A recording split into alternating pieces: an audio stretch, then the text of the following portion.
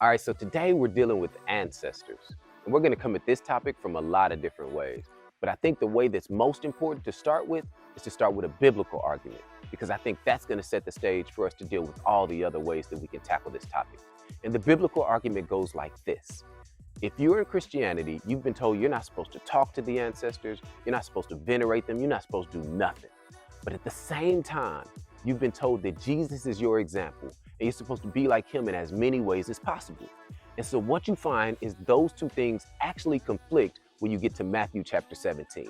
Because in Matthew chapter 17, this really interesting event happens. Jesus goes up on a mountain and this thing called the transfiguration happens. He takes a few of his disciples and he transforms into this new version of himself. And in this new version of himself, the first thing he does is speak with Moses and Elijah, who by definition would be his ancestors.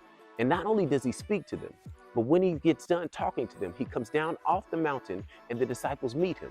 And they say, "It's so good we were here, Jesus. You know what? Should we build an altar here for you, for Elijah, and for Moses?" And so not only do we have Jesus speaking to the ancestors, we actually have the disciples saying, "Should we build an altar to the ancestors here for you, Jesus?" And so from this story, we can see that what we've probably been told about ancestors isn't necessarily the right way.